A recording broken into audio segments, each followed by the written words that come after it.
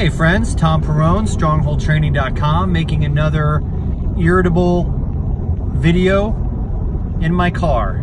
I can't stand it when people make videos in their car, but then I hypocritically go and do it myself because it's like driving in the road and just having a conversation with folks sitting with me. You know, it's just easy to do. It takes no concentration away from my driving to have my phone hooked up here and bouncing all around while I talk just to annoy you guys. So that's why I do it. So anyway, enough about me. Why am I making this annoying video in my car?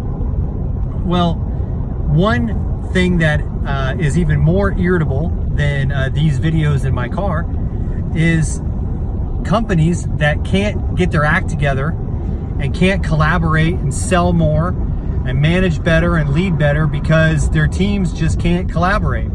And the reason why they can't collaborate is because they lack, here's a fancy word, interdepartmental communication. Departments within companies just can't communicate well. They don't do a good job of it. Accounting can't talk to sales in an effective way. Sales can't talk to accounting. It's almost always accounting, whoever's collaborating with accounting.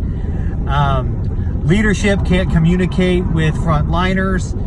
The manufacturing division can't talk to the engineers. The engineers can't seem to talk to customer service very well.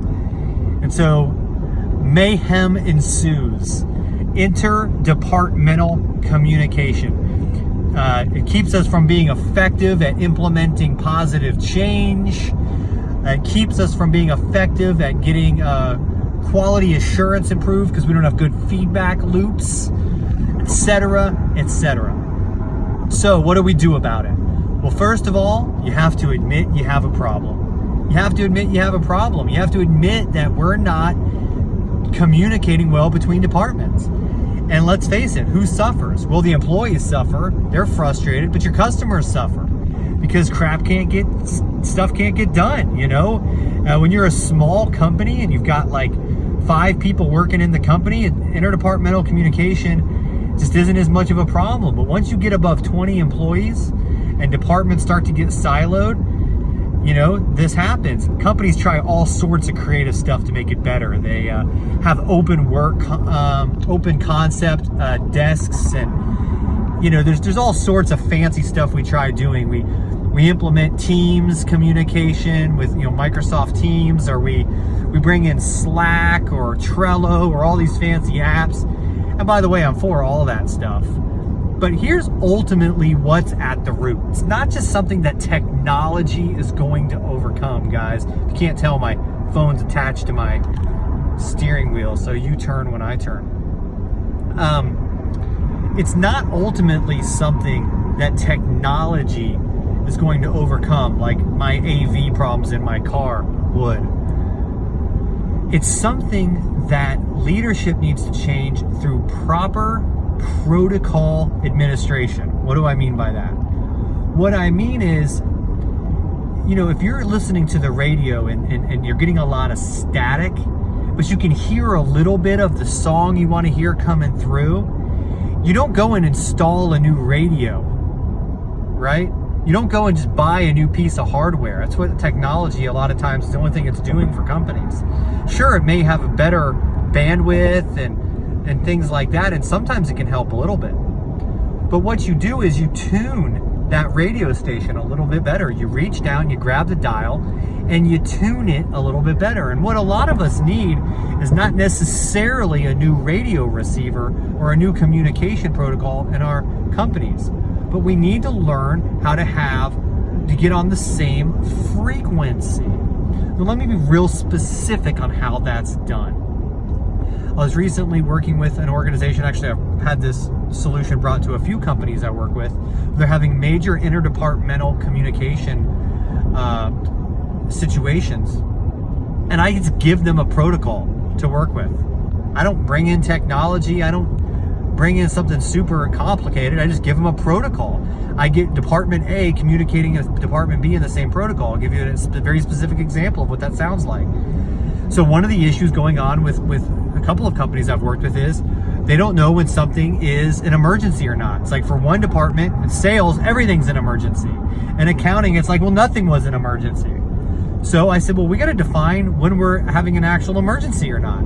So I said, from now on, if you're going to send an email from Department A to Department B, at the subject line, you're going to put P1, priority 1, P2, priority 2, or P3, priority 3. And here's what it means. A P1 is an emergency. We have communicated to our customer this is an emergency, and we are going to need a status update from the other department every single hour, on the hour, so that we can communicate back to our customers at that level of priority. So we're not going to sit around losing our marbles because we haven't heard back from Department B yet. We sent a P1 email. We know it's agreed upon that that's going to be every hour. If I send a P2 email, that means within the day, I'm going to get an update. So I'm not going to wait till the next day and wonder why I didn't hear back from Department B.